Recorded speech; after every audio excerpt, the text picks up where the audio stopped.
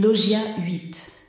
Et il dit : L'homme est semblable à un pêcheur avisé qui jeta son filet à la mer et le tira plein de petits poissons. Parmi eux, le pêcheur avisé trouva un beau gros poisson. Il jeta tous les petits poissons à la mer et choisit le gros poisson sans difficulté. Que celui qui a des oreilles pour entendre entende. Dans cette parabole, le pêcheur avisé qui jette son filet et choisit finalement le gros poisson parmi de nombreux petits peut être vu comme une métaphore de la sagesse et de la discrimination spirituelle.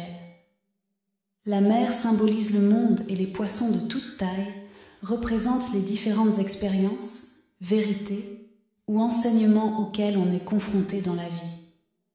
Le fait de choisir le gros poisson et de rejeter les petits poissons symbolise le processus de discernement, où l'on reconnaît et saisit ce qui est véritablement précieux ou essentiel dans la vie spirituelle.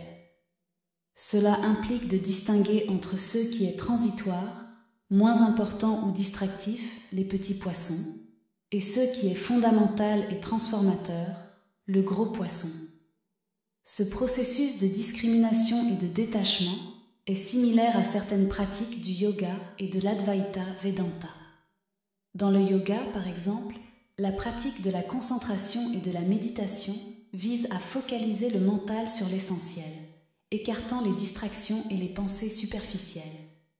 De même, dans l'Advaita Vedanta, la notion de discernement est centrale pour reconnaître la vérité ultime et se détacher des illusions du monde phénoménal.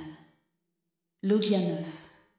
Jésus a dit : Voici, le semeur est sorti, il a rempli sa main, il a jeté. Certains grains sont tombés sur la route. Les oiseaux sont venus et les ont pris. D'autres sont tombés sur la roche, et ils n'ont pas pris racine dans la terre et n'ont pas produit d'épis. Ce verset parle de la réceptivité aux enseignements spirituels. Dans cette parabole, le semeur qui jette les graines représente la diffusion des enseignements spirituels ou des vérités. Les graines elles-mêmes symbolisent CS enseignements. Les différents types de sols sur lesquels les graines tombent représentent les différents états d'esprit ou niveaux de réceptivité des individus. Les graines tombées sur la route sont rapidement emportées par les oiseaux. Cela symbolise les personnes qui entendent les enseignements mais ne les comprennent pas ou ne leur donnent pas l'occasion de s'enraciner. Leur compréhension est superficielle et les enseignements sont vite oubliés ou ignorés. Les graines tombées sur la roche ne prennent pas racine dans le sol et ne produisent pas d'épis.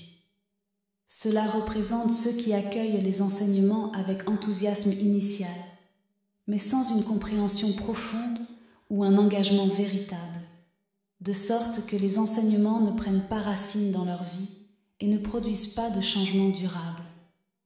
Les graines dans la terre sont les fruits de l'enseignement pour un disciple accompli. La bonne terre symbolise un état d'esprit réceptif et bien préparé. Il s'agit des individus qui sont non seulement ouverts aux enseignements spirituels, mais aussi prêts à les accueillir profondément dans leur être. Ils possèdent les qualités nécessaires pour que les enseignements prennent racine et la volonté d'appliquer ces enseignements dans leur vie. Dès lors, les graines qui prennent racine symbolisent un disciple qui non seulement comprend les enseignements, mais les vit également, les incarnant dans ses actions. Le fruit produit graines représente les résultats tangibles de cette croissance spirituelle.